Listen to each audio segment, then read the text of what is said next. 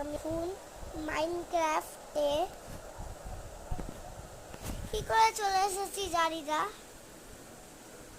শুয়ে আছি মাইনক্রাফটের ভেতর। দেখছেন পেছনে চেরি গাছ,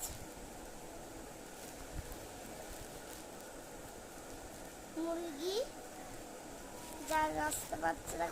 ও তার ওখানে কি বাগান, এত বড় মুরগি।